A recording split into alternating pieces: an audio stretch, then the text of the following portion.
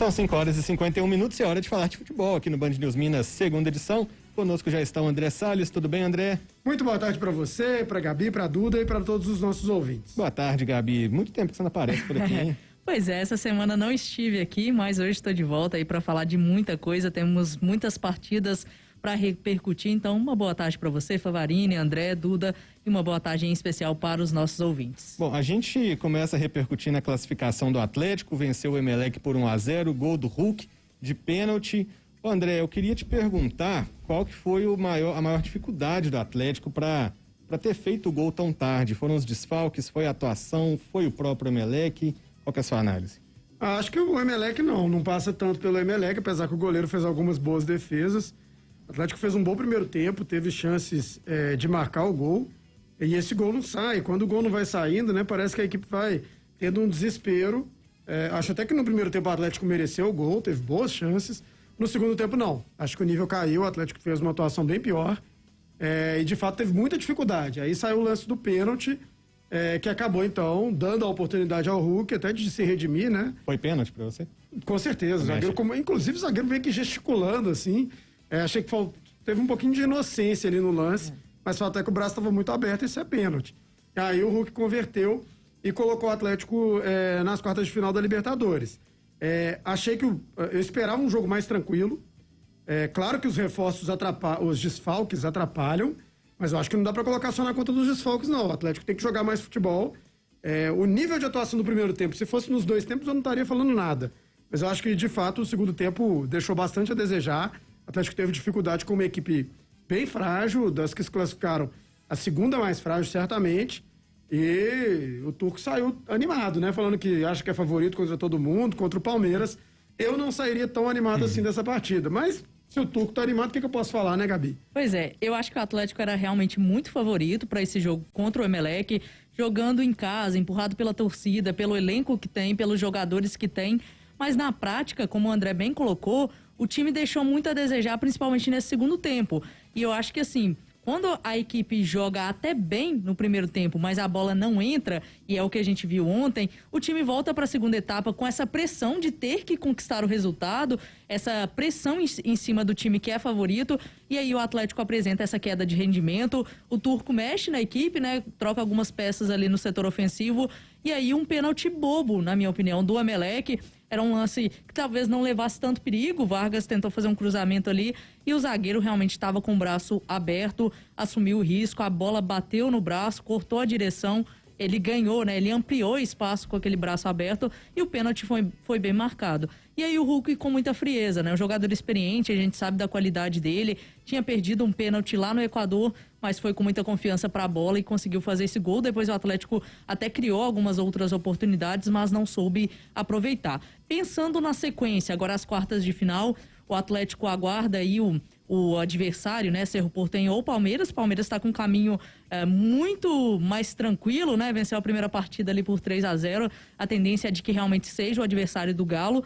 O Atlético vai precisar evoluir muito para fazer bons jogos contra o Palmeiras. Hoje, o time paulista é o que tem o melhor futebol do Brasil, assim, a melhor equipe atuando no Brasil, então o Atlético vai ter que melhorar muitas questões, claro, contar com esses reforços também ao longo aí dos dias, mas o Atlético vai ter que ter uma atuação boa nos dois tempos, principalmente para conseguir um bom resultado também nas quartas de final da Libertadores. E é bom fazer esse paralelo entre Atlético e Palmeiras, não só porque as equipes vão se encontrar nas quartas de final, mas porque eles pegaram adversários também, os dois adversários que estava todo mundo querendo, né? Os considerados os mais fracos. A dificuldade que o Atlético teve contra o Emelec, o Palmeiras no primeiro jogo já mostrou que não teria contra o Cerro Porteño. Mas vamos falar do Cruzeiro, porque a gente tem muita coisa para falar do Cruzeiro, né, Gabi, né, André? Exatamente. Ontem o Cruzeiro empatou com o Ituano em 1-1.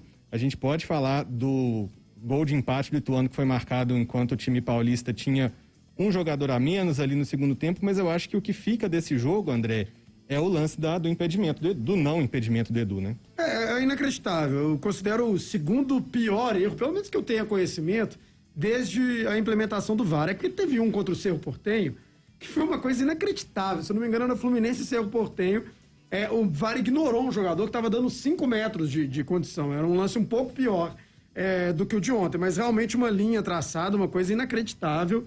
O Cruzeiro está prometendo ir à CBF, fazer os questionamentos que deve fazer de fato. Mas eu queria fugir um pouco disso, sabe, ô Bruno, assim, claro que o erro é inadmissível, esse erro custou um gol pro Cruzeiro que poderia ter sido o gol da vitória. Mas a gente tem que falar da atuação também. Não foi um jogo bom do Cruzeiro. O Cruzeiro teve muita dificuldade com o Ituano. O Ituano teve as melhores chances no primeiro tempo. O Cruzeiro acabou fazendo gol, mas o Ituano perdeu 2 gols na pequena área, né? Na primeira etapa. No segundo tempo, o jogo fica mais lá e cá, né? O Cruzeiro acaba marcando, mas o Ituano já tinha chegado bem.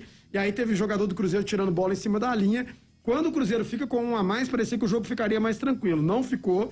O Ituano continuou bem em campo. Então foi um jogo que fugiu um pouco desse padrão que a gente está acostumado do Cruzeiro. Acho que isso fica de lição também.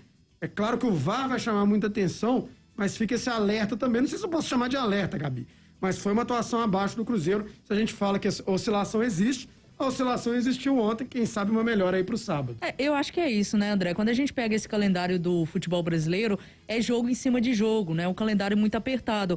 Então, esses momentos de oscilações, eles vão existir dentro da temporada. A gente tem elogiado bastante as atuações do Cruzeiro aqui, realmente tem jogado bem, principalmente diante do torcedor, tem 100% de aproveitamento jogando em casa, mas em algum momento eu acho que essa queda de rendimento é até natural, né? O Cruzeiro estava jogando fora de casa, o Ituano impôs dificuldades ao time celeste e o Cruzeiro não conseguiu sair disso. Claro que tirar as lições dessa partida para melhorar nos próximos jogos, por mais que dê uma vantagem muito boa aí na liderança da Série B e dentro do G4, o Cruzeiro não pode deixar isso subir a cabeça e ter uma queda de rendimento. Então, é melhorar para as próximas partidas.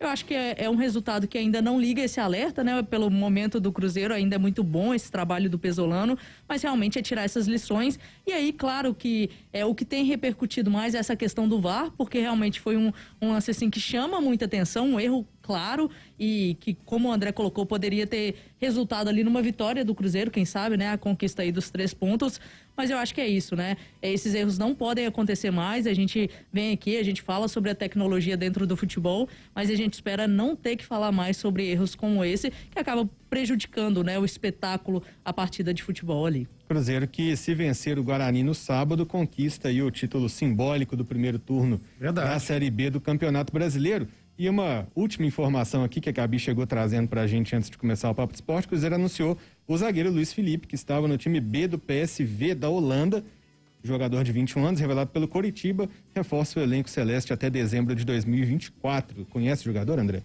Não, vi alguns vídeos, né? Bem revelado pelo Coritiba, jogou muito pouco pelo PSV, acabou jogando no time reserva, como você falou, no time B, né?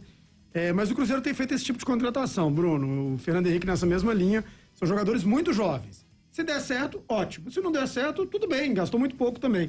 Então vamos ver com carinho aí esses jogadores se chegam como apostas, vamos falar a verdade no Cruzeiro. Valeu, é o que temos por hoje. Valeu, André, valeu, Gabi. Um grande abraço, até amanhã. Valeu, gente.